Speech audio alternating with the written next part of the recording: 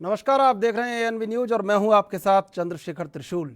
मध्य प्रदेश में शिवराज सिंह चौहान सरकार के मंत्रिमंडल के दूसरे विस्तार को लेकर चली आ रही अटकलों पर अब विराम लग गया है। मुख्यमंत्री चौहान ने खुद इसका ऐलान करते हुए बताया कि मंत्रिमंडल का विस्तार कल होगा। उन्होंने बताया कि राज्यपाल आनंदीबेन पटेल आज शपथ लेंगी और उसके बाद कल मंत्रिमंडल का विस्तार होगा। हालांकि इस दौरान मंत्रिमंडल में कौन कौन से नए चेहरों को मौका मिलेगा, इस बारे में चौहान मीडिया को सस्पेंस में ही छोड़ गए।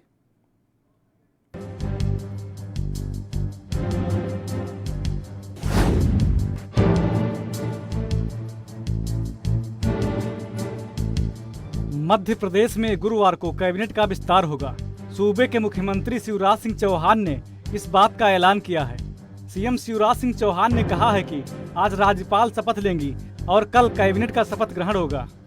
दरअसल हाल ही में शिवराज सिंह चौहान दिल्ली से लौटे थे। इसके बाद कैबिनेट विस्तार की चर्चाएं तेज थीं। गृह मंत्री अमित शाह और बीजेपी प्रमुख जेपी नड्डा के साथ इसे लेकर चर्चा भी हुई थी, लेकिन पीएम मोदी संग बैठक के बाद कैबिनेट विस्तार को टाल दिया गया था।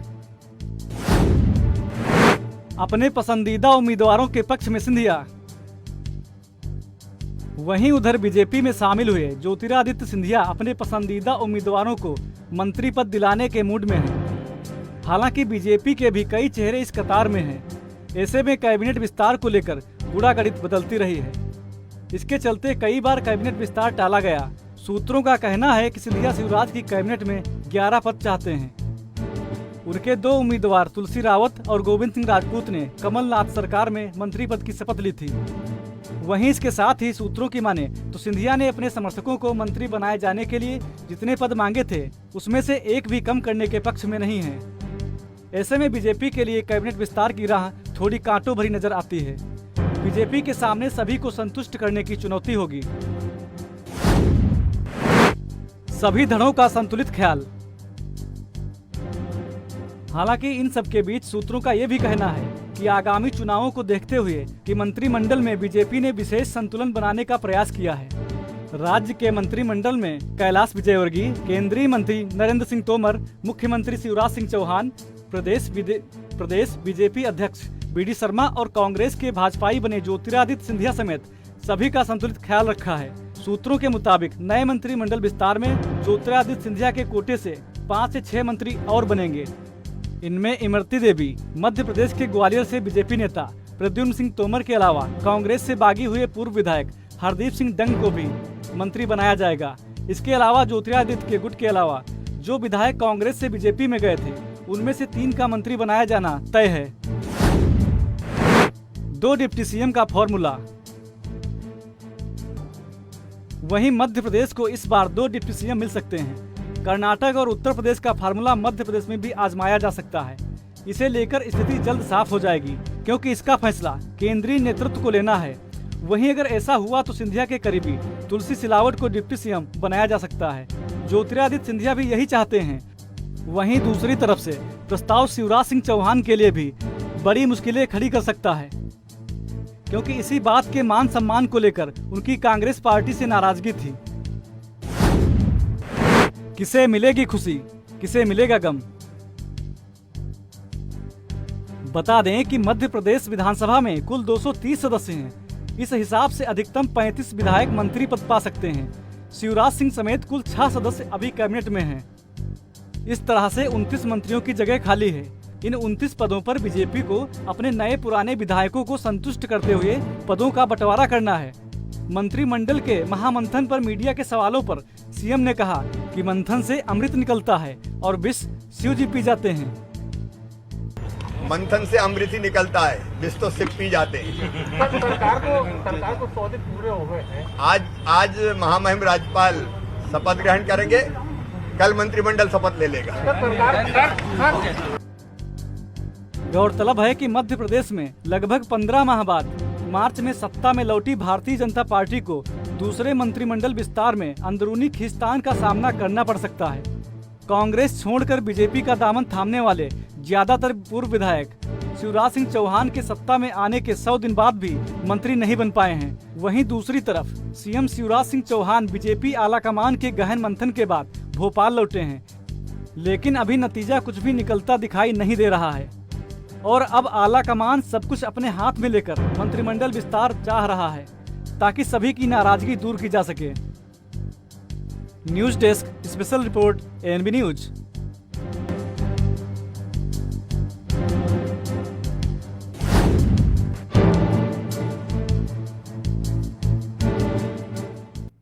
एक अनार 100 बीमार, किसका होगा बेड़ा पार।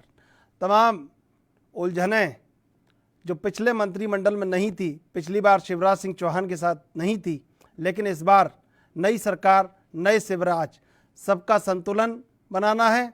चंबल अंचल से ज्योतिरादित्य सिंधिया और केंद्रीय कृषि मंत्री नरेंद्र तोमर का वर्चस्व है, उसको संतुलित रखना है क्योंकि 16 सीटें चंबल अंचल से आती हैं और 16 सीटों पर इस बार उपचुनाव होना है।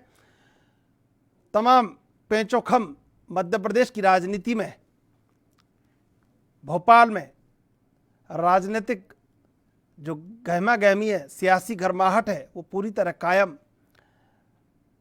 शिवराज भोपाल तो लौट चुके हैं, लेकिन कल क्या होगा ये कल ही पता चलेगा, क्योंकि जिस तरह मंत्री बनने वालों की संख्या और वरिष्ठता का क्रम और महत्वाकांक्षा, राजनीतिक महत्वाकांक्षा अपनी अपनी जगह कायम है, तो अब किसको स्थान मिलेगा और किसको नहीं मिलेगा, इन तमाम बातों पर अटकलें हैं।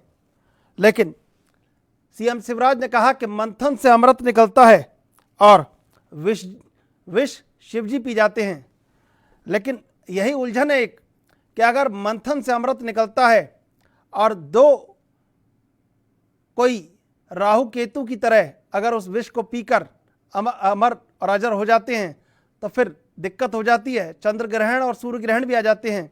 तो ये सियासी चंद्र ग्रहण और सूर्य ग्रहण आने वाले दिनों में कहीं शिवराज चौहान के ऊपर या शिवराज सरकार के ऊपर ना छा जाए, और वो विश्वास कैसे कायम होगा, ये तमाम चीज़ें शिवराज सिंह मंत्रिमंडल, शिवराज सिंह चौहान को बड़ी चुनौती इस बार, क्योंकि जिस तरह सरकार बनाई है, पहले सरकार बहुमत में चलती रही, आराम से चलती रही, किसी तरह का कोई पेचोखम नहीं। लेकिन इस बार तमाम पेचोखम के बीच में मध्य प्रदेश में शिवराज सिंह चौहान पर संगठन ने जिस तरह दाव खेला है, क्योंकि वो पिछली बार लगातार 3 बार से मुख्यमंत्री बने रहे और बहुत सारी दावेदारियों के बाद शिवराज चौहान को ही एक बार ये अहम जिम्मेदारी दी गई कि वो मुख्यमंत्री का पद संभालें।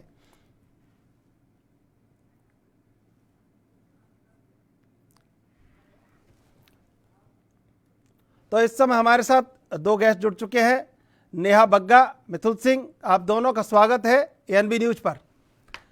सबसे पहले नेहा बग्गा, जो अब शिवराज मंत्रिमंडल का विस्तार होने वाला है, तमाम जो अटकलें हैं उस पर विराम लग गया है, अब कैसे देखते हैं, कल क्या सब कुछ आसान हो जाएगा जिस तरह जो बताया गया है?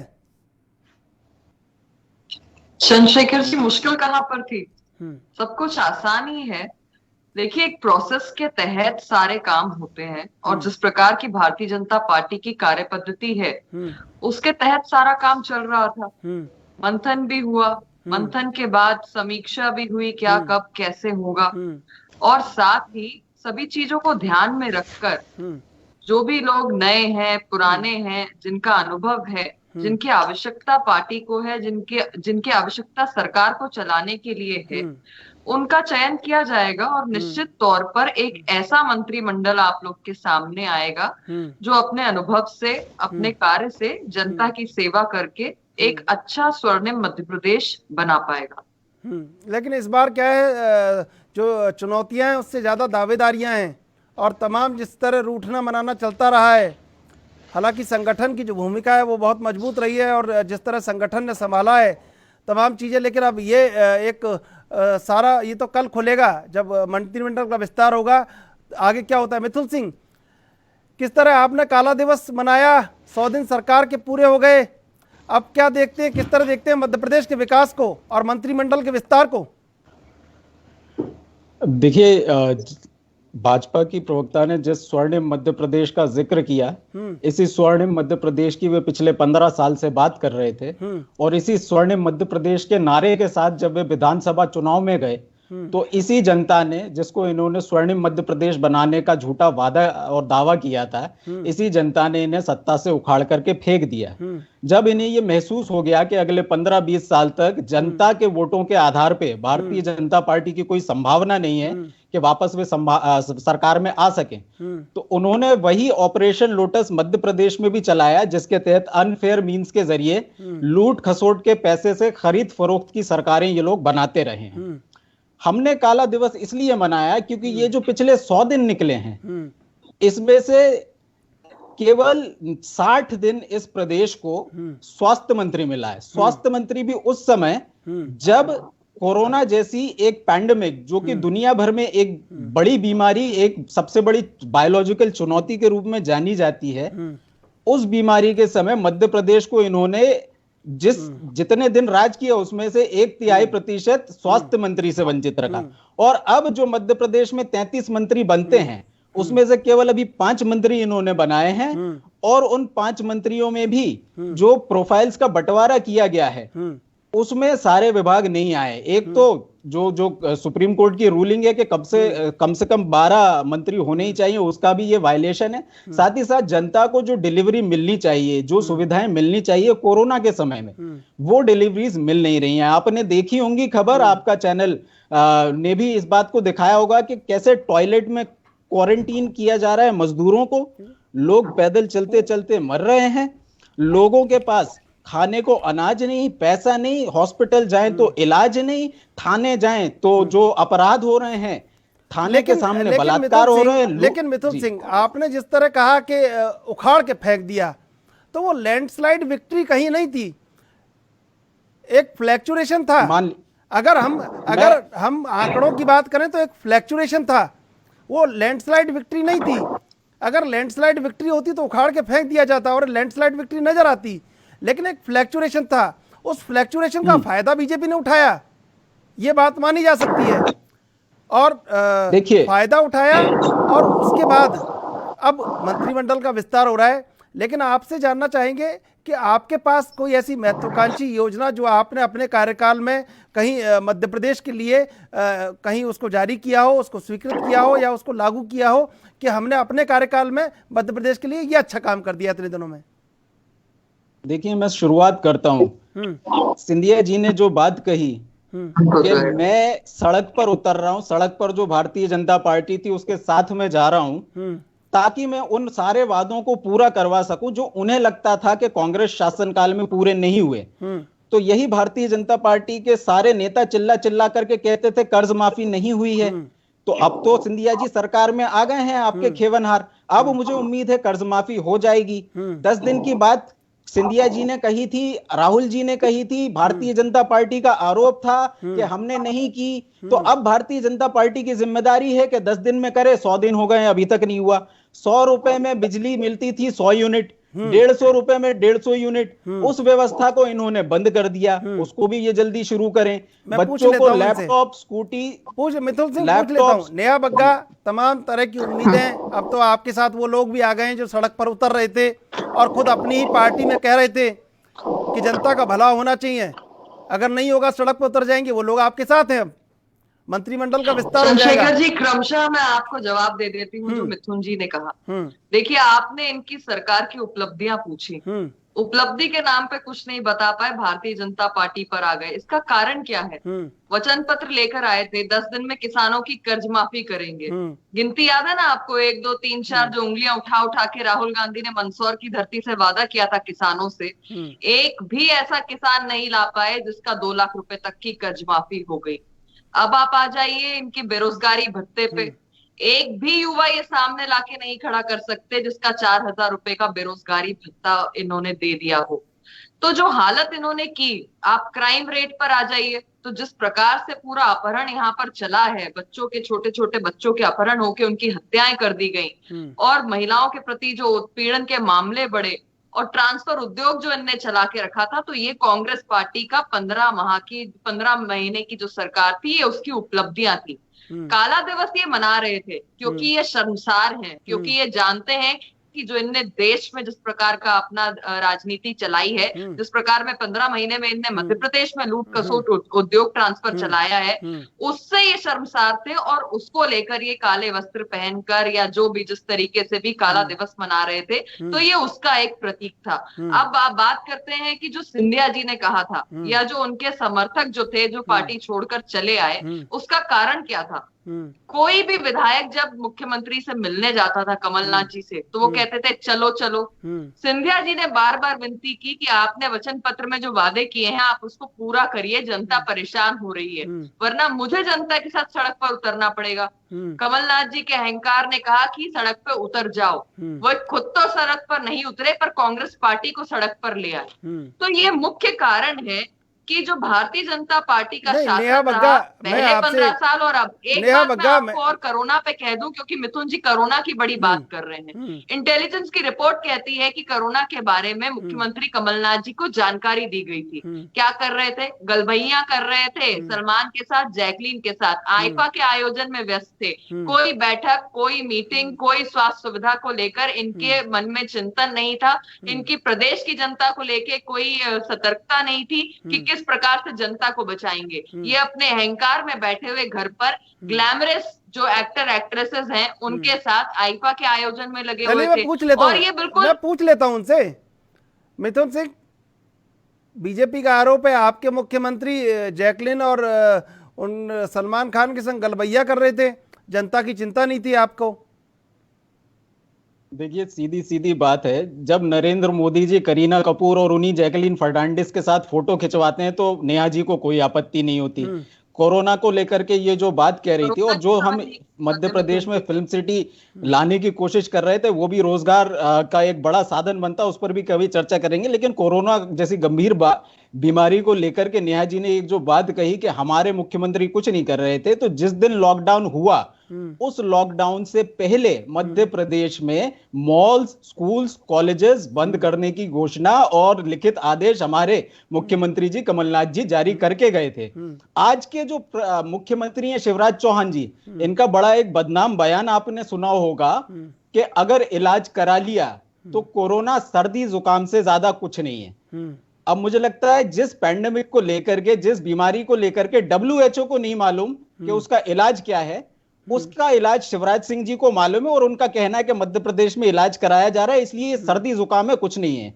यही आज के जो स्वास्थ्य मंत्री नरोत्तम मिश्रा जी जब विपक्ष में हुआ करते थे, 24 मार्च को इनकी सरकार बनी, 23 मार्च को 22 मार्च को उन्होंने कहा था कि ये कोरोना नहीं है, ये डरोना है। जो व्यक्ति कोरोना को डरोना मानता है उसको इन्होंने स्वास्थ्य मंत्री बना के बता दिया है कि कोरोना से ये किस तरीके से लड़ने वाले हैं। उसके बाद मैं ये सवाल पूछना चाहूंगा कि अगर आप कोरोना को लेकर के इतने गंभीर हैं, हमने बार बार श्वेत पत्र की मांग की है, आज तक भारतीय जनता पार्टी की तरफ से जवाब नहीं आया।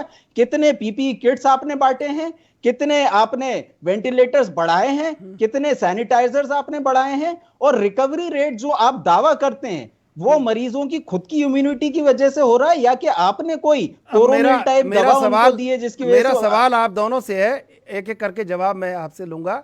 नेहा बग्गा जी, ये जो राजनीतिक शिष्टाचार है इसकी बात मध्य प्रदेश में करना बेईमानी है। क्यों? क्योंकि अब जो वोटर जिसने कांग्रेस को वोट दिया है वो बीजेपी को वोट देगा, और बीजेपी का वोटर जिसने बीजेपी को वोट किया था वो कांग्रेस के प्रत्याशी सिलावट और प्रेमचंद गुड्डू अगर टिकट मिलता है और आमने सामने होते हैं तो जनादेश की तो हवा निकल जाती है ऐसे में। अब मैं आपसे ये जानना चाहता हूं कि जो सीटें हैं उपचुनाव में, आपको क्या लगता है उपचुनाव में आप अपना बहुमत और अपना जो वर्चस्व है वो सिद्ध कर पाएंगे? नेहा बग्गा, देखिए चंद्रशेखर जी, सबसे महत्वपूर्ण बात यह है कि कोई भी व्यक्ति अगर राजनीति में आता है, चुनाव लड़कर आता है, तो वो जनता की सेवा के लिए सबसे उसकी जो प्राथमिकता होती है वो जनता की सेवा होती है। अगर किसी व्यक्ति को कांग्रेस पार्टी छोड़कर आना पड़ा तो जनता उसके तथ्यों को भी जानती है। जनता जानती है कि अगर उसे विधायक चुन के भेजा गया था कांग्रेस पार्टी के अंदर और कांग्रेस पार्टी का मुख्यमंत्री पूरे प्रदेश के साथ सौतेला व्यवहार कर सिर्फ छिंदवाड़ा मॉडल पे काम करे और सिर्फ छिंदवाड़ा के ही डेवलपमेंट पर आगे बढ़े, तो जो प्रतिनिधि है वो कहाँ पर जाएगा अपनी मांगों को लेकर। यही कुछ तो हुआ। आप अपने दरवाजे सिंधिया खोल जी के रखते हैं, उसको आप समर्थकों के भाजपा में साथ ले भी लेते कि हैं। चलो चलो चलो चलो की राजनीति चली। हाँ, क्यों नहीं। देखिए, भारतीय जनता पार्टी की विचारधारा से जो भी जुड़ेगा भारतीय जनता पार्टी उसको स्वीकार करेगी और खुले मन से अपनाएगी। अब तो सारी नदियां आपकी विचारधारा में सम्माहित हो जाती हैं। अब सारी विचारधाराएं मिल जाती हैं आप में। विचारधारा कहाँ रहती है फिर? भारतीय जनता पार्टी, देखिए भारतीय जनता पार्टी की अपनी विचारधारा है। आने वाला व्यक्ति अगर उसे अपना लेता है तो वो समाहित जरूर हो जाता है भारतीय जनता पार्टी की विचारधारा में। नंबर एक। वो वहाँ नंबर दिल्ली में मंत्रिमंडल के लिए वो अपनी सेटिंग बिठा रहे हैं, वहां पे वो रूठना मटकना नाराज होना कर रहे हैं। अगर विचारधारा में समाहित हो गए होते नेहा बग्गा तो ये मंत्रिमंडल के लिए इतनी कवायद क्यों होती? वहां से चिट्ठी आती और यहाँ से आप बना देते। प्रकार की कवायद नहीं हो रही है चंद्रशेखर जी, और कोई रूठ नहीं रहा, कोई मना नहीं रहा। आप मुझे बता दीजिए पिछले 3 दिन में जब से दिल्ली का दौरा हुआ है आपको कौन से ऐसे रूठे हुए लोग दिखे? आप मुझे 2-4 नाम ही पिछले 3 दिन के गिना दीजिए कि कौन से लोगों ने अपना रूठना मनाना बता दीजिए कौन कौन से नाम है ऐसे जो रूठना मटकना कर रहे हैं, जो नाराज हो रहे हैं, जो मंत्री बनना चाहते हैं, विचारधारा में नहीं मिल पाए, कहीं विचारधारा से ज्यादा अपना। मैं पूछ लेता हूँ, मैं नेहा बग्गा पूछ रहा हूँ, मैं नेहा बग्गा पूछ रहा हूँ मिथुन सिंह। अब आप सवाल तो सुनिए, मैं पूछ रहा हूँ उनसे। मिथुन सिंह बता दीजिए कौन से ऐसे रूठने मटकने वाले हैं, कौन से ऐसे हैं जो विचारधारा में मिल गए हैं, पूरी तरीके से बिल्कुल भाजपा ही नजर आ रहे हैं, उनको कोई मंत्री पद नहीं चाहिए, कोई राजनीतिक महत्वाकांक्षा सारी मर चुकी है उनकी। अब आप नेहा बग्गा जी सुन नहीं रही है, मैं पूछ रहा हूँ, अब मैं भी सवाल पूछ रहा हूँ, आप भी सवाल पूछ रही हैं। सवाल पूछ लेने दीजिए, मुझे बताइए। मिथुन सिंह जी बता दीजिए जरा। मैं तो आपसे देखिए चंद्रशेखर जी, शुरुआत करते हैं उन 6 पूर्व मंत्रियों से, जिन 6 पूर्व मंत्रियों पर ये भाजपा की जब विपक्ष में थी आरोप लगाते थे कि ट्रांसफर उद्योग चल रहा है, ये मंत्री पैसा लेके ट्रांसफर कर रहे हैं। जिन 6 मंत्रियों ने सबसे ज्यादा ट्रांसफर किए उनको इन्होंने अपनी पार्टी में ले लिया। उनमें से एक है इमरती देवी जी। उनको आज ऐसा महसूस हो रहा है जैसे वो कुएं में कूद गई है, उनका अता पता नहीं चल रहा है, ना वो विधायक रही ना वो मंत्री रही, उनको ये मंत्री बना नहीं रहे। बहुजन समाज पार्टी से एक इनकी विधायक आती है रामबाई जी। मैं आपकी जानकारी में डाल दूं, मिथुन सिंह मैं आपकी जानकारी में डाल दूं, टिकट मिले या नहीं मिले, उनने डबरा में चुनावी सभा कर दी है अपनी, और नरोत्तम मिश्रा के बैनर भी लगा दिए हैं। ठीक है, और उन्होंने कह दिया है कि दोनों मिलकर लड़ेंगे, दोनों मिलकर डबरा का विकास करेंगे। अब बताइए आप आगे। नहीं, सारे बैनरों से सिंधिया जी गायब हो रहे हैं, नरोत्तम मिश्रा जी आ रहे हैं, थोड़े समय में शिवराज जी भी वहां से गायब हो जाएंगे, वो सब हम जानते हैं। लेकिन ध्यान देने वाली बात यहाँ ये है कि जो उपचुनाव होंगे, जो 22 लोग गद्दारी करके गए हैं वो उपचुनाव में जाएंगे और कहेंगे पिछले 15 महीने मैंने मंत्री रहते कुछ नहीं किया, अब मुझे वोट दीजिए और अब भाजपा की सरकार बनाइए। तो इस तरीके का अजीबोगरीब चुनाव आपको देखने को मिलेगा। खैर, रोजाना अपनी जिद और हट के कारण सिंधिया जी एक अपना दौरा भेजते हैं, उनके समर्थक उसको सोशल मीडिया पे वायरल करते हैं। सिंधिया जी अब आ रहे हैं, तब आ रहे हैं, कल आ रहे हैं, परसों आ रहे हैं, और पता चलता है कि जो डील थी वो पूरी नहीं हो पा रही है। 10 मंत्री बनाने का कहा था, 4 ही बना रहे हैं। ऊपर से जो निर्दलीय विधायकों को सबको इन्होंने मंत्री बनाने का वादा किया था, 4 निर्दलीयों को उनको नहीं बना रहे। समाजवादी पार्टी और बहुजन समाज पार्टी के 3 मंत्रियों को वादा किया था, उनको नहीं बना रहे। बिसाहू लाल सिंह जी का नंबर नहीं लग रहा, और इस कारण अपनी पार्टी के वो नेता जो कि सीनियर हैं, गोपाल भार्गव जी का जो अपने नेता प्रतिपक्ष रहे, जिनको इन्होंने मंत्री नहीं बनाया अभी तक, जिन्होंने लड़ाई जनता की कथित लड़ी थी, उनका भी दर्द सामने आ गया कि आपको ज्यादा उनका दर्द चाहिए। मिथुन सिंह आपको ज्यादा दर्द है उनका, इनसे ज्यादा दर्द आपको है। आपको लग रहा है, और आप और कमलनाथ, और सुनिए, कमलनाथ बालिंदु शुक्ला को ले आए, जी वो कुछ नहीं है। देखिए, एक लंबी फहरिस्त है भारतीय जनता पार्टी का जो अस्थाई सरकार का मॉडल है, जिसके अस्थाई मुख्यमंत्री बने हुए हैं। उनसे न केवल जनता नाराज है, बल्कि भाजपा के नेता, सीनियर विधायक सभी लोग नाराज हैं। आप देखिएगा, एक लंबी फहरिस्त है, एक लाइन लग जाएगी कांग्रेस पार्टी में आने वालों की, इनकी पार्टी को छोड़ने वालों की। यही कारण है कि ये मंत्रिमंडल बार बार डिले हो रहा है। जितना डिले ये मंत्रिमंडल करेंगे, आवाज आ रही है आपको? हेलो जी बताएं। जी, जितना ज्यादा ये मंत्रिमंडल को डिले करेंगे, उतना ज्यादा ये विरोध के स्वर को दबा पाएंगे। जिस दिन इनका मंत्रिमंडल घोषित कर दिया, बॉक्स ऑफ पैंडोरा खुल जाएगा। इनकी पार्टी का पूरा जो अनुशासन, चाल चरित्र, चेहरा की बात करते हैं, सब कुछ सड़क पर आ जाएगा। और हर नेता जो महत्वाकांक्षी है, जिसने अपना खून पसीना और पैसा पार्टी को दिया है, वो सारे नेता आकर के शिवराज सिंह जी की खुली मुखालफत करेंगे और भारतीय जनता पार्टी को डैमेज करने का काम करेंगे। क्योंकि भारतीय जनता पार्टी पर आप क्यों चिंता कर रहे हैं? आप क्यों चिंता कर रहे हैं भारतीय जनता पार्टी की? आप चिंता मध्य प्रदेश की कीजिए, आप चिंता कांग्रेस की कीजिए। हम चिंता मध्य प्रदेश मैंने की सवाल कर रहे आपसे पूछा हैं, है, इसीलिए मध्य प्रदेश की आवाज आवाज को उठाने का काम कर रहे हैं। अब आप भारतीय जनता पार्टी की चिंता करेंगे तो फिर आपको ऐसा लग रहा है कि भारतीय जनता पार्टी के कुछ लोग आपके साथ आने वाले हैं। चंद्रशेखर जी, हम लोग चिंता भारतीय जनता पार्टी की नहीं कर रहे हैं। भारतीय जनता पार्टी की जन आदेश की सरकार ना होते हुए धन आदेश की सरकार है, जो पैसा देकर के आई और जनता का पैसा लूट रही है। जनता को जिस वजह से जो सुविधाएं मिलनी चाहिए, जो सामान मिलना चाहिए, नहीं मिल रहा है, जो सर्विसेज मिलनी चाहिए वो नहीं मिल रहा है। चलिए मैं लेकर के हम नेहा बग्गा से पूछ लेता हूं। नेहा बग्गा, आज मुख्यमंत्री शिवराज सिंह चौहान ने कहा कि मंथन में से जो अमृत निकलता है तो विष शिव पी जाते हैं। और आपने पौराणिक कथा सुनी होगी, मंथन में से अमृत निकलता है तो उस अमृत को राक्षस जो देवता का रूप धर के कभी दो देवता बन के पी जाते हैं, वो राहु और केतु। फिर वही सूर्य और चंद्र ग्रहण लगा देते हैं देवताओं पे। तो फिर वो सूर्य ग्रहण, चंद्र ग्रहण किसी ने लगा दिया देवता बन के और विष को पी लिया, अमृत को पी लिया, तो फिर आगे दिक्कत नहीं होगी। आपको लगता है सब कुछ आसान होगा? ये मंत्रिमंडल जो नैनो मंत्रिमंडल था वो जंबो मंत्रिमंडल बनने जा रहा है, तो ये सब कुछ ठीक हो जाएगा? आपको लगता है मध्य प्रदेश का विकास सुचारू रूप से चालू हो जाएगा?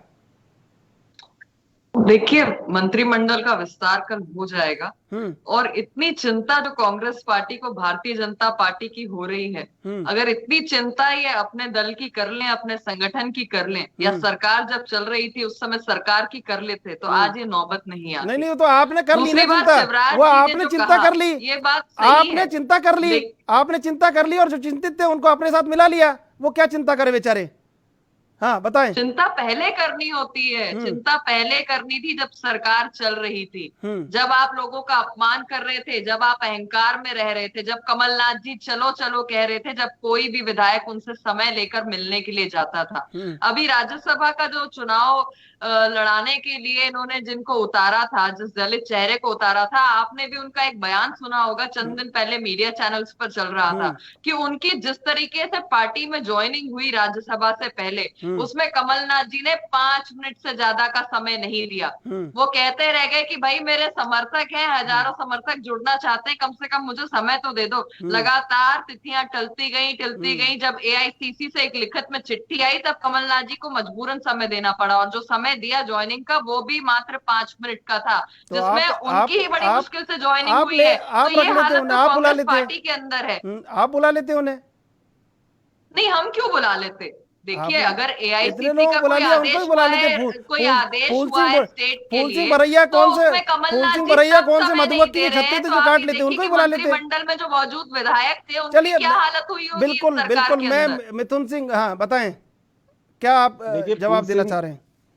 जी, फूल सिंह बरैया की जी बात आई गई है और दलितों की बड़ी बात आई गई है। तो यही फूल सिंह बरैया 2009 में भी दलित ही थे, जब इन्होंने भारतीय जनता पार्टी ज्वाइन की थी और इनसे वादा किया गया था कि फूल सिंह बरैया जी आपको राज्यसभा में भेजा जाएगा। 2013 तक नहीं भेजा, पार्टी उन्होंने बदल ली। 2018 तक नहीं भेजा, 19 तक नहीं भेजा, 20 तक नहीं भेजा। 20 में आके हमने उनको टिकट दिया, उस दिन टिकट दिया जिस दिन हमारे पास संख्या बल था 121। मध्य प्रदेश में 2 राज्यसभा सीटों के लिए संख्या बल चाहिए होता है 116।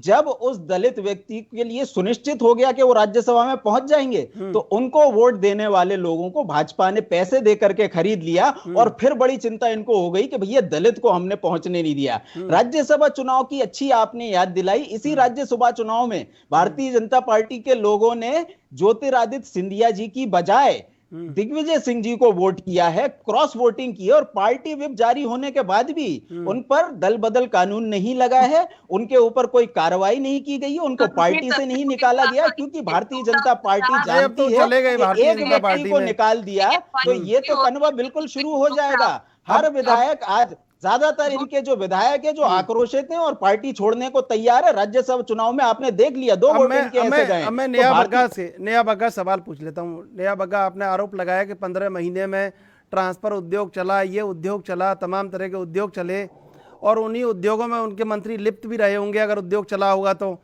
अब मैं ये आपसे पूछना चाह रहा हूँ कि उन्हीं मंत्रियों को आपने ले लिया है, अब उनसे ईमानदारी से सरकार चला लेंगे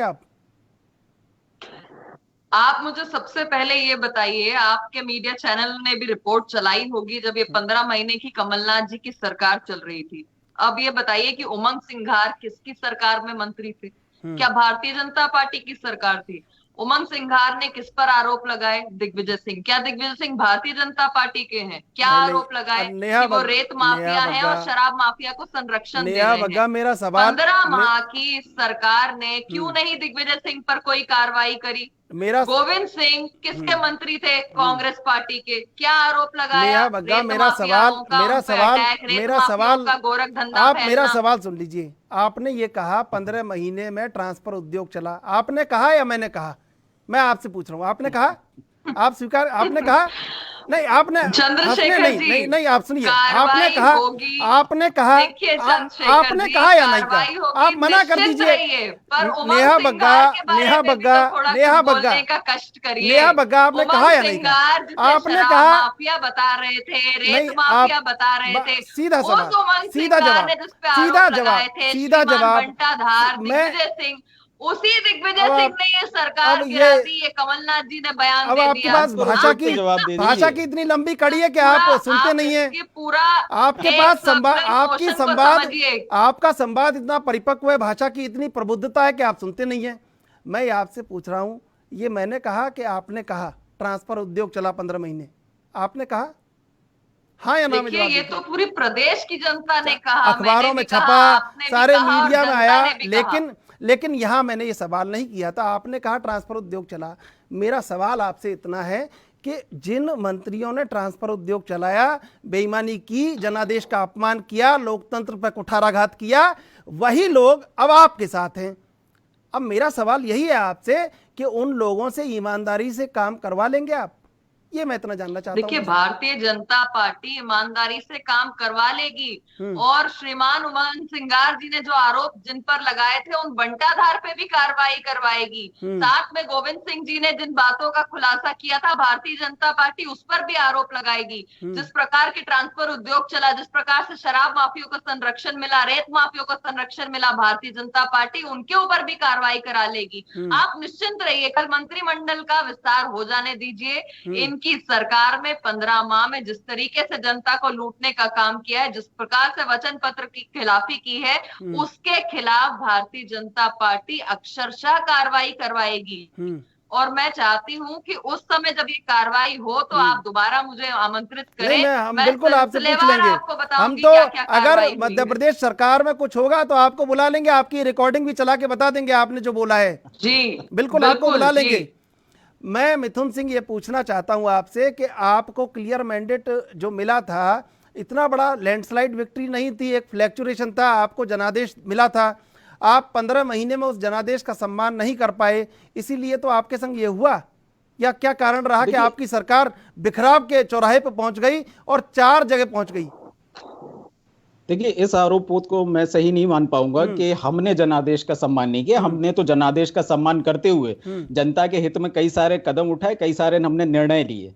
लेकिन भारतीय जनता पार्टी ने सिंधिया जी की जिद और गुस्से का फायदा उठा करके उनको अपने पाले में लाए, कई उनके साथ के विधायकों को पैसे दे करके खरीदा, और जिन मूल्यों की ये बात करते थे, अभी जैसे आपने जिक्र किया जिसका कि जवाब भाजपा के पास नहीं है, कि जो लोग अगर पैसा लेकर के ट्रांसफर करते थे उनको आप अपनी पार्टी में लाए हैं, तो क्या उन पर भी कोई भ्रष्टाचार निरोधी कार्रवाई होगी? कोई कार्रवाई नहीं होगी। तो जब जन आदेश हमें मिला, हमने उसका सम्मान किया। अभी 3 महीने बाद, उपचुनाव बाद फिर मिल जाएगा, फिर उसका सम्मान करेंगे। लेकिन भारतीय जनता पार्टी ने एक गलत परंपरा हर जगह शुरू कर दी है कि अगर जनता आपका साथ ना दे तो पैसों का साथ ले लो, पैसों का साथ लेकर के आप सरकार बना लीजिए। यह परंपरा मध्य प्रदेश की राजनीति को भी विकृत करने वाली है, और राष्ट्रीय स्तर पे जो अलग अलग राज्यों में इनकी राजनीति है, कर्नाटका में आपने देखा, मणिपुर में देखा, जहां जहां 2 सीटें इनकी होती है वहां ये पैसा देकर के सरकार बना लेते हैं।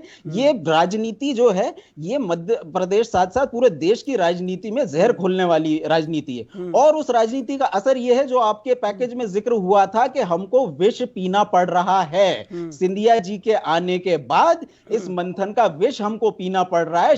शिव मैं हूं और मैं विष पी रहा हूं। तो जब विष पीने वाली स्थिति आ जाएगी तो उस जो इन्वेस्टमेंट इन्होंने किया है 1000 करोड़ का, जनता को भी विष पिला करके ही वो इन्वेस्टमेंट कवर किया जाएगा। आपको पता है 1000 करोड़ दिए कि 5000 करोड़ दिए, कितने दिए? हमारा तो सीधा सीधा आरोप है 1000 करोड़ रुपए दिए। भारतीय जनता पार्टी चली जाए कोर्ट, और समय आने पर इनका खुलासा भी किया जाएगा।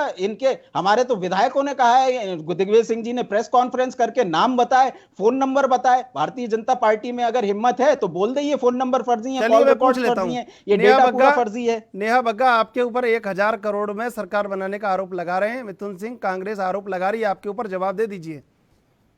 देखिए, मिथुन जी जिनका नाम ले रहे हैं, पूर्व मुख्यमंत्री दिग्विजय सिंह जी, मिस्टर बंटाधार, जिन्होंने इस प्रदेश का पूरा बंटाधार करके छोड़ा अपने कार्यकाल में, उनके ऊपर मैंने आपको बता दिया कि खुद कमलनाथ जी ने क्या आरोप लगाया कि उनकी वजह से सरकार चली गई है।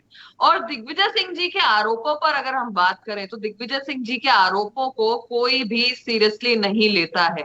मिस्टर बंटाधार का झूठ बोलने का एक लंबा रिकॉर्ड रहा है, तथ्य सामने रखते नहीं है और लगातार झूठ बोलते हैं। अगर एफआईआर की संख्या देखेंगे आप, दिग्विजय सिंह जी पर मानहानि की संख्या देखेंगे तो आपको चोर उचक्कों से ज्यादा जो संख्या है वो दिग्विजय सिंह जी पर नजर आएगी। जो इनके पास तथ्य नहीं होते तो ये गोल गोल घुमा फिरा के कोई भी फिगर बताते रहते हैं।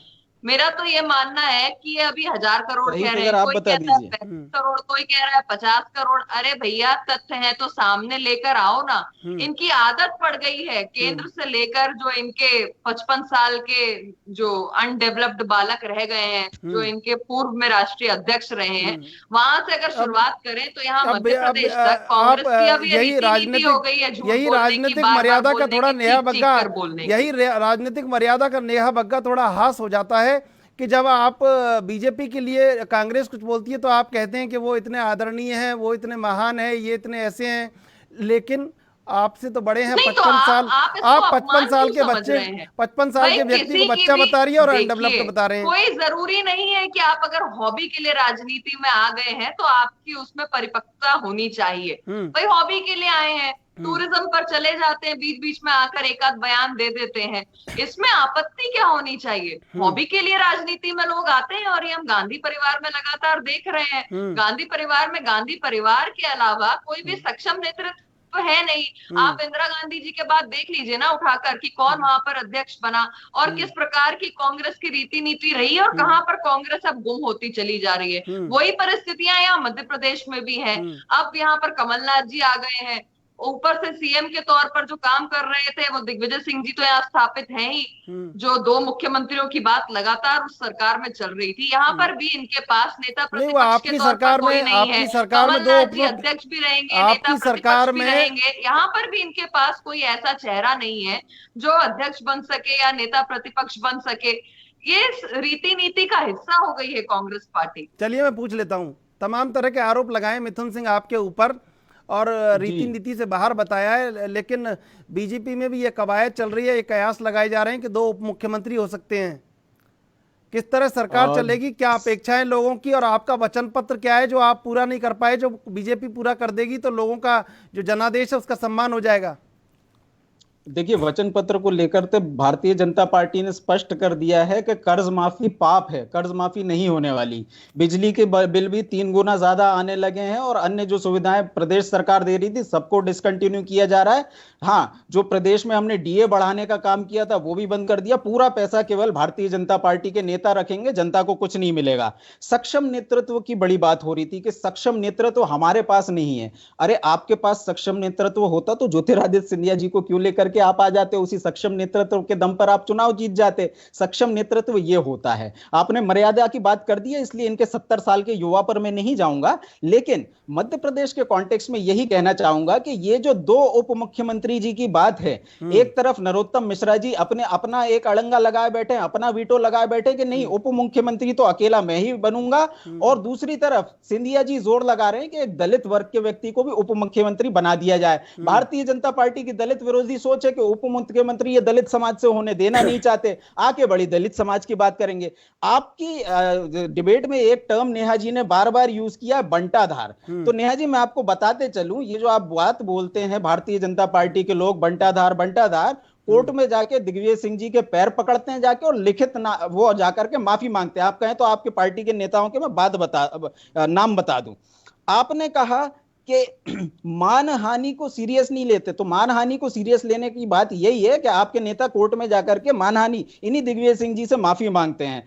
आप बड़ी बात कह रही थी दिग्विजय सिंह, अरे आपके नेता भंवर सिंह जी ने कल कहा है कि कैलाश विजयवर्गीय जी की वजह से हम चुनाव हारे हैं। कैलाश विजयवर्गीय जी ने सुपारी लिए 5 लोगों को हराने की उपचुनाव में, उस पर जरा जवाब दे दीजिए। रघुनंदन शर्मा जी ने बोला कि शिवराज सिंह चौहान घोषणावीर है, घोषणाओं से कुछ नहीं होता, उस पर जरा जवाब दे दीजिए। प्रज्ञा सिंह पे आपने कहा था कि प्रधानमंत्री ने बोल दिया है कार्रवाई होगी। प्रधानमंत्री की बात नहीं सुन रहे हैं आप लोग कि प्रज्ञा सिंह को मैं माफ नहीं कर सकता, उन पर कोई कार्रवाई नहीं होती। यह आपका पार्टी का अनुशासन है। इस अनुशासन को लाइए और प्रदेश के उपचुनाव में आपको जाना है। हार बड़ी करारी होगी, लेकिन फिर भी क्योंकि आपने कुछ मापदंड कुछ पैमाने शुरू किए हैं तो उस पर काम करना शुरू करिए। मंत्रिमंडल विस्तार कोरोना की दवा की तरह रोज एक शिगुफा मत छोड़िए कि हो गया है और अगले दिन पलट जाइए। अगर कॉन्क्रीट मंत्रिमंडल दे सकते हैं तो इस जनता को वो अकाउंटेबल सरकार दीजिए कि नेताओं को पकड़ के जनता पूछ सके कि मेरे विभाग का यह काम क्यों नहीं हुआ। अभी जनता अधिकारी को फोन लगाती है तो अधिकारी उसका फोन नहीं उठाता, जवाब नहीं देता, उससे मिलने से मना कर देता है।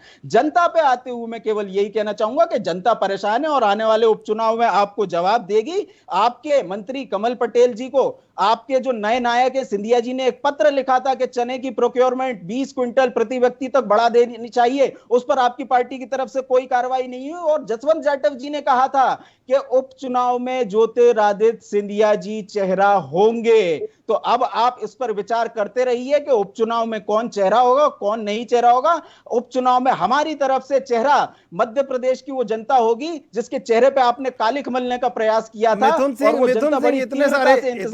आपको जवाब देने के लिए। मिथुन सिंह, इतने सारे सवाल आपने कर दिए काउंटर में, मैं जवाब तो ले लूं उनसे? जी बिल्कुल। नेहा वक्का, जो आरोप आपके ऊपर लगाए हैं उनके एक एक करके सिलसिलेवार जवाब दे दीजिए। देखिए मिथुन जी बार बार भूल जाते हैं कि 15 महीने में उनने क्या किया। अभी 2 दिन पहले मिस्टर बंटाधार दिग्विजय सिंह जी से पूछा कि वचन पत्र का क्या हुआ, तो बंटाधार जी कहते हैं कि वचन पत्र गया भाड़ में, अरे तुम तो मेरे सवाल का जवाब दो। तो वचन पत्र की जो वैल्यू थी वो इतनी ही थी, वो सिर्फ जनता को लिखित तौर पर मूर्ख बनाने के लिए थी। जनता ये बहुत अच्छे से समझ गई कि इस 15 माह की सरकार ने लगातार सिर्फ छल करने का काम किया और अपनी जेब भरने की बात की। अब ये बात कर रहे हैं कि भारतीय जनता पार्टी में विरोधाभास है, ये नेता ये कह रहा है, ये नेता वो कह रहा है। अरे आप ये बताइए कि आपके 15 माह में चुनाव जीत के आने के बाद जो आपके मुख्यमंत्री थे कमलनाथ जी, क्या वो जनता के पास एक बार भी गए? क्या उन्होंने जनता को धन्यवाद कहा? क्या उन्होंने जनता की समस्याएं जानने की कोशिश की? एक सीईओ मुख्यमंत्री मिल गया था प्रदेश को जो ट्विटर के माध्यम से अपनी बात कहता था, ट्विटर के माध्यम से गायब हो जाता था और बस उसी के माध्यम से सामने बना रहता था। ये वो मुख्यमंत्री है जो हेलीकॉप्टर चॉपर के अलावा तो 2 मिनट चल नहीं सकते, ये 4 व्हीलर में ट्रेवल नहीं करते, ये 2 व्हीलर पर चलने में सक्षम है। ये पैदल चल नहीं सकते।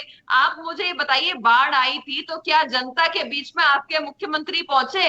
वो छोटे 2 जुड़वा बालक जिनका अपहरण हो गया था, जिनकी हत्या कर दी गई थी, क्या मुख्यमंत्री अपनी संवेदनाओं के साथ वहां पर पहुंचे, उनके परिवार से मुलाकात की? ओलावृष्टि हुई, पाला हुई, क्या मुख्यमंत्री वहां पर पहुंचे? तो ये स्टैंडर्ड है कमलनाथ जी की, कांग्रेस की सरकार का, जिसने मध्य प्रदेश की जनता को अपने अहंकार में कुचल दिया, जो अपने गाड़ी कमाई के लिए लगातार बनी रही, जो ट्रांसफर उद्योग चलाती रही, जो स्कूटी की बात कर रहे थे मिथुन जी, आप मुझे बता दीजिए कौन सी बेटी को स्कूटी मिली? आप ये भी याद करिए कि अप्रैल माह से तो इनने, सरकार बनी दिसंबर में, और अप्रैल माह से इनने बंद कर दिया बेटियों का विवाह निकाह का पैसा देना, जो 50,000 की इनने बात की थी। तो लगातार वचन पत्र में झूठ बोलने का काम, जनता की अनदेखी का काम, किसानों पे राजनीति करने वाले ये लोग, दलितों की बात कर रहे थे ये फूल सिंह बरैया जिनको इन्होंने टिकट दी थी, ये क्रॉस वोटिंग की भारतीय जनता पार्टी की बात करते हैं। अरे एक व्यक्ति को जो इलनेस के कारण उन्होंने गलती से कहीं और निशान लगा दिया, उसको आप मुद्दा बना रहे हैं। मुझे ये बताइए कि ये जो मिस्टर बंटा धार के पास वोट एक्स्ट्रा पहुंचे और फूल सिंह बरैया का वोट वहां पर कम गया, वीटो तो आपने भी लगा के रखी थी, पर आपने उस बंटा धार के लिए दलित के साथ जो है वादा खिलाफी करी, उस दलित के पीठ में खंजर घोंपने का काम किया। और ये भारतीय जनता पार्टी का आरोप नहीं है, खुद फूल सिंह बरैया ने सामने आके कहा है कि उनका हमेशा से राजनीतिक जो है वो द्वेष की भावना रखी है दिग्विजय सिंह ने, और यही साबित भी हुआ है। दलित के वोट काट के दिग्विजय सिंह ने अपनी ही पार्टी के विधायकों के वोट अपनी ओर शिफ्ट कराए हैं। तो आप ये दलित एजेंडा की राजनीति कहीं और पर करिएगा। आपका चाल चरित्र सबने देखा है, और भारतीय जनता पार्टी की जो कार्यशैली है ये भी सबके सामने है। बताइए मिथुन सिंह जी जी जी, आपने नेहा जी ने स्पष्ट कर दिया, दलित एजेंडा भाजपा में नहीं चलता, दलितों के लिए भाजपा में कोई जगह नहीं है, तो दलितों की बात कहीं और करिए। हाँ, वो दलित जब 2009 में भारतीय जनता पार्टी में होते हैं तो दलित होते हैं, उनको कहीं नहीं भेजा जाता। इनके साथ मैं आपको बता दूं, 2 बहुजन समाज पार्टी के पूर्व प्रदेश अध्यक्ष भुजबल सिंह अहिरवार, फूल सिंह बरैया, इन दोनों को ये पार्टी में लेकर के आए, तो दोनों की राजनीति इन्होंने खत्म कर दी। तो दलित एजेंडे पे किसी दिन बात कर लेंगे। वचन पत्र की बड़ी बात नेहा जी कर रही थी। नेहा जी, वचन पत्र को पूरा करवाने ज्योतिरादित्य सिंधिया जी आपकी पार्टी में आए हैं, अब उनसे पूछना शुरू करिए कि ये वचन पत्र कब पूरा होगा। कमल पटेल जी से पूछिए, आपके कृषि मंत्री हैं, कि ज्योतिरादित्य सिंधिया जी ने जो पत्र लिखा था चने की प्रोक्योरमेंट बढ़ाई है, उस पत्र का क्या हुआ।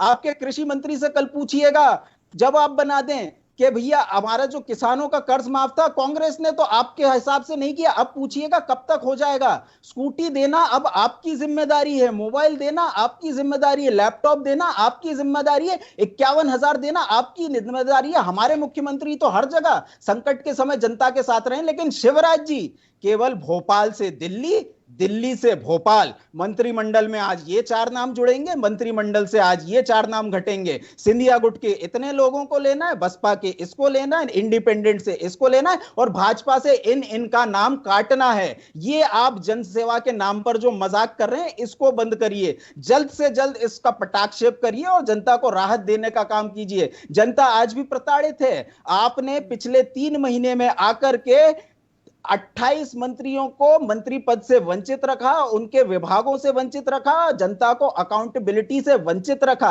जनता के पास आज जगह नहीं है वो कहां जाए। जनता आज परेशान है, हॉस्पिटल में जाते हैं तो इलाज नहीं है, थाने में जाते हैं तो FIR नहीं लिखी जाती, और यदि तुलाई केंद्र पर जाते हैं तो आपकी जानकारी में होगा 4 किसान तुलाई केंद्र पर खड़े खड़े मर गए। ये किसानों के प्रति चिंता है आपकी। तो मेरा निवेदन केवल यही है कि मंत्रिमंडल का जो आपने 100 दिन की सरकार बन गई, बहुत बड़ी उपलब्धि है, आपने जश्न भी मना लिया। 100 दिन की सरकार, 15 साल जिनकी सरकार चली हो उनके समय में 100 दिन पर जश्न मनाया जाता है, उपलब्धि इसको मान लिया हम सब ने। अब ये बता दीजिए मंत्रिमंडल कब तक बन रहा है। शिवराज जी ने बोला ये ज्योतिरादित्य सिंधिया जी का फिर से तो कोई दौरा कैंसिल नहीं हो जाएगा, और उसके बाद जो हमारा वचन पत्र है जिसमें लिखा है 10 दिन में कर्ज माफी होगी, हमने नहीं की आपके हिसाब से। हालांकि 22 लाख लोगों की लिस्ट आपके ऑफिस में हम पहुंचा चुके हैं, उसको पढ़ लीजिएगा समय मिला हो तो। और ये बता दीजिए कि 10 दिन में, मतलब आज 1 तारीख है तो 10 तारीख तक सारे किसानों के कर्ज माफी हो जाएगी ना। महिलाओं के जो हमने राशि बढ़ाई थी, जो पेंशन बढ़ाई थी वो बढ़ी ही रहेगी ना, कम तो नहीं होगी ना। नहीं, 100 रुपए में 100 यूनिट आप बिजली मिलेगी ना। 15 महीने में नहीं कर पाए तो आप 10 दिन में कैसे उम्मीद कर सकते हैं? नहीं चंद्रशेखर जी, एक चीज मैं जोड़ दूं आपको, एक चीज यदि आप 10 सेकंड दें। ये जो भारतीय जनता पार्टी कहती है 55 लाख किसानों का कर्जा माफ होना था, 22 लाख किसानों का हमने कर दिया है। ये 15 महीने की हमारी उपलब्धि है। उसके बैंक अकाउंट नंबर, आधार आईडी, नाम, पता, एड्रेस, सारी चीजें नेहा जी के जो नरोत्तम मिश्रा जी हैं, शिवराज सिंह जी हैं, सबके ऑफिस में पहुंचा दी हैं। अगर भारतीय जनता पार्टी उसमें से एक नाम निकाल करके बोल दे, प्रेस कॉन्फ्रेंस करके बोल दें कि ये व्यक्ति फला फोन नंबर, फला नाम, इसका कर्ज माफी नहीं हुई है और इसका नाम लिखा है, तो हम मान जाएंगे कि ये कर्ज तो माफी आपको नहीं 100 नाम निकाल के बता देंगे। कागज निकालने में तो आप इनसे नहीं जीत सकते। अब मैं नेहा बग्गा आपसे पूछना चाहता हूं, हमने बार-बार चुनौती दी, ये नहीं बता पाए। आज बता दें किसकी कर्ज माफी नहीं हुई। 22 लाख किसानों में से 5 किसानों के नाम बता दें जिनकी की कर्ज माफी नहीं हुई। और अगर नहीं हुई तो अब आपको करना है, बताइए 10 दिन में होगी कि नहीं, जनता ये जानना चाहती है। नेहा बग्गा आपका जवाब दे दीजिए, फिर मैं आपसे सवाल ले लूंगा। चंद्रशेखर जी, देखिए कांग्रेस पार्टी जो है पूरी की पूरी वो सिंधिया फोबिया से ग्रसित हो गई है। घूम फिर कर बार बार सिंधिया जी ये कहते थे, सिंधिया जी से ये पूछ लीजिए, सिंधिया जी से ये करवा लीजिए। अरे भैया, अब ये बीते दिन की बात हो गई है। सिंधिया जी जो है वो भारतीय जनता पार्टी परिवार का हिस्सा बन चुके हैं, भारतीय जनता पार्टी में शामिल हो चुके हैं। और जो काम आप नहीं कर पाए, अब तो आप बहुत छाती चौड़ी करके कह रहे हैं कि भाई 10 दिन में चुनाव नहीं हुआ। यही सिंधिया जी कहते थे तो आप लोगों को मिर्ची लग जाती थी। यही दिग्विजय सिंह जी, मिस्टर बंटाधार के छोटे भाई लक्ष्मण सिंह कहते थे कि भैया 10 दिन की कर्ज माफी की जो बात राहुल गांधी कर गए हैं वो सबसे झूठी बात थी, आपने मक्कारी की है किसानों के साथ, आप आकर माफी मांगिए। राहुल गांधी को वापस मध्य प्रदेश आना चाहिए। तो राहुल गांधी छुपकर कहीं बैठ गए, वो मध्य प्रदेश दोबारा आ नहीं पाए। यही बात है जो भारतीय जनता पार्टी लगातार उठाती रही कि ये लिखित में जो झूठ बोला गया है वचन पत्र के माध्यम से कि 10 दिन में किसानों की कर्ज माफी करेंगे, वो 15 माह में नहीं करी। अब आप चाहते हैं कि वो कर्ज माफी का जो सिलसिला है वो भारतीय जनता पार्टी उसको आगे बढ़ाए। मैं तो आपसे ये चलिए, पूछना किसानों के चाहती प्रति हूं तो कि आपकी, क्यों नहीं राहुल गांधी चलिए मध्य किसानों के प्रदेश प्रति आके तो आपकी माफी मांग प्रतिबद्धता जाते है। पहले। आप तो कह सकते हैं 80 करोड़ को दे दिया, 80 करोड़ को दे दिया, आप कह सकते हैं। अब मैं आपसे ये सवाल पूछना चाहता हूँ नेहा बग्गा कि जो राजनीतिक शिष्टाचार है, जो राजनीतिक महत्वाकांक्षाएं हैं, वो बदस्तूर जारी रहेगी। कल मंत्रिमंडल, जैसा आपने कहा कि भारतीय जनता पार्टी की विचारधारा है, विचारधारा में लोग आके समाहित हो गए हैं, तो मैं आपसे ये जानना चाहता हूँ कल मंत्रिमंडल का विस्तार होगा, क्या आपको लगता है सब कुछ सहज रहेगा? अगर ये सहज होता तो 3 दिन नहीं लगते, 3 बार जेपी नड्डा से नहीं मिलना पड़ता, 3 बार नरेंद्र तोमर से नहीं मिलना पड़ता, 4 बार कहीं इधर उधर नहीं जाना पड़ता और मंत्रिमंडल का विस्तार अब तक हो गया होता। खैर नहीं हो पाया है, अब होने वाला है। मैं आपसे ये जानना चाहता हूँ, ये जो राजनीतिक महत्वाकांक्षा है पूरी तरीके से समाप्त हो चुकी है भारतीय जनता पार्टी में आने के बाद? तमाम जो विधायक हैं कांग्रेस के, उनकी। चंद्रशेखर जी देखिए, बिल्कुल अन्यथा ना लीजिएगा, इसको अहंकार मत समझिएगा मेरा, पर बहुत ही विनम्रता से मैं आपसे कहना चाहती हूँ कि क्या कभी भी मंत्रिमंडल का विस्तार होने से पहले कोई प्रोसेस या प्रक्रिया है क्या कि एक बार अगर बैठक हो गई है तो दूसरी बार नहीं होनी चाहिए, और दूसरी बार हो गई है तो तीसरी बार नहीं होनी चाहिए, और तीसरी बार अगर हो गई है तो कोई बड़ा भूकंप आ गया है, कोई आंधी आ गया है, चल रहा है। देखिए, हर पार्टी के अंदर मैं मानती हूँ कि जब मंत्रिमंडल का गठन होता है, चाहे वो कांग्रेस हो, चाहे वो बीजेपी हो, चाहे कोई भी राजनीतिक दल हो, वो हमेशा ये चाहता है कि जो उसके चेहरे हैं वो एक अच्छे ऐसे मंत्रिमंडल के चेहरों को लेकर आए जिससे एक अच्छी सरकार चल सके और जनता को जो वादे किए हैं, जनता जिसकी अपेक्षा रखती है अपने जनप्रतिनिधियों से, उसको पूरा किया जाए। भारतीय जनता पार्टी का संगठन आप अच्छी तरह से जानते हैं। भारतीय जनता पार्टी में जिस अनुशासन का पालन किया जाता है उसे भी आप अच्छी तरीके से समझते हैं। उसके तहत ही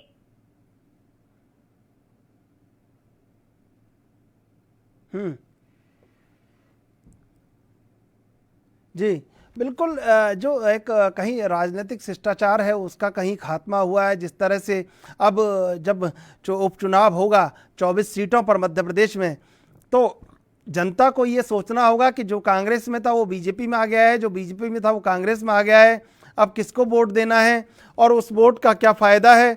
और आने वाले समय में ऐसा ना हो कि हम अगर वोट बीजेपी को दे रहे हैं तो वो कांग्रेस में आ जाए, तो कहीं जनादेश पूरी तरीके से हैरत अंगेज है और कौतूहल के उसमें है कि कौतूहल है कि उसके लिए कि अब क्या होने वाला है। लेकिन शिवराज सरकार को भी अपनी अहमियत बतानी होगी और जैसे उन्होंने कहा है कि विष पिया है, तो जो विष पिया है तो वो बताना होगा। वैसे मिथुन सिंह जानना चाहते हैं विष क्या है?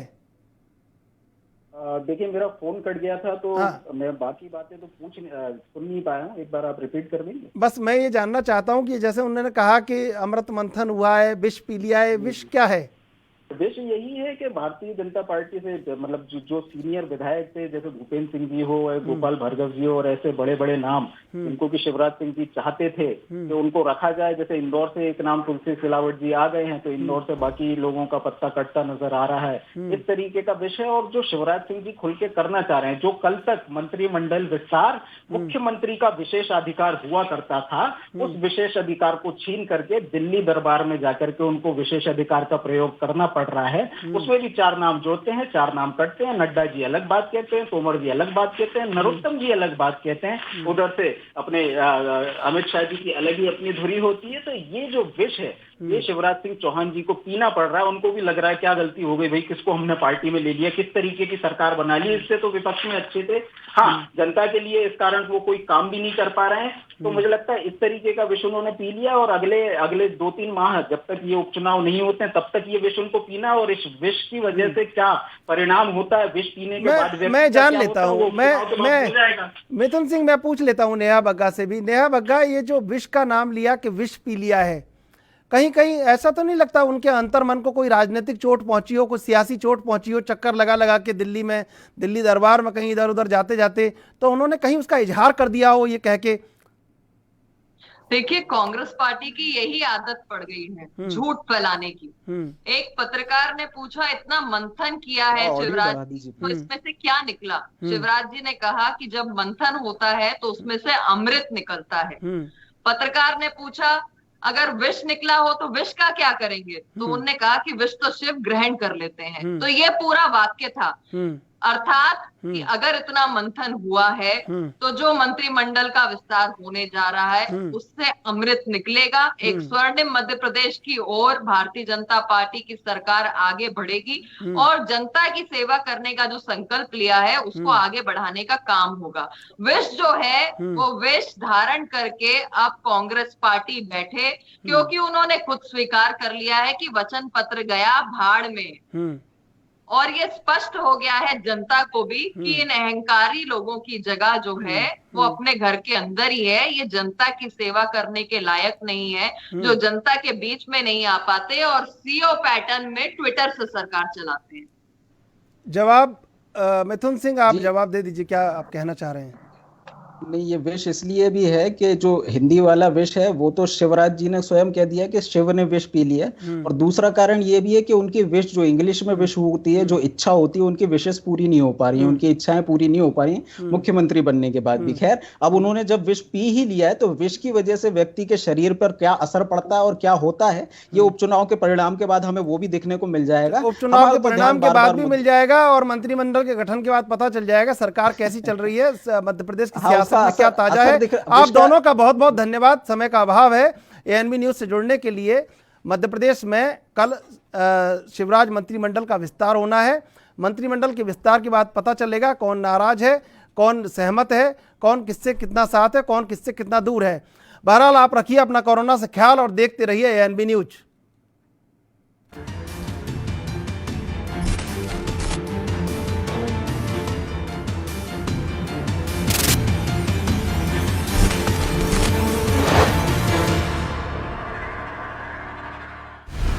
बयान, कमान, हुक्मरान,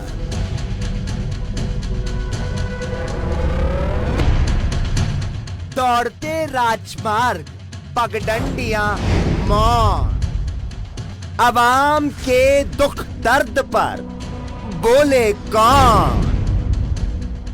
सियासत के पतीले में उबलते अधिकार, जनता पर दीवान, हर कोई है सरकार।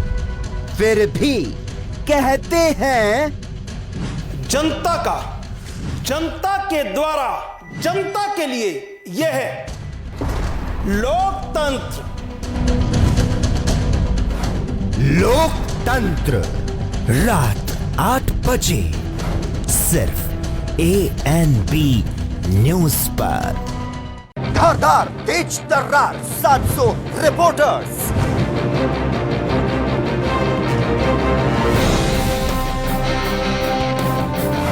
निडर बेखौफ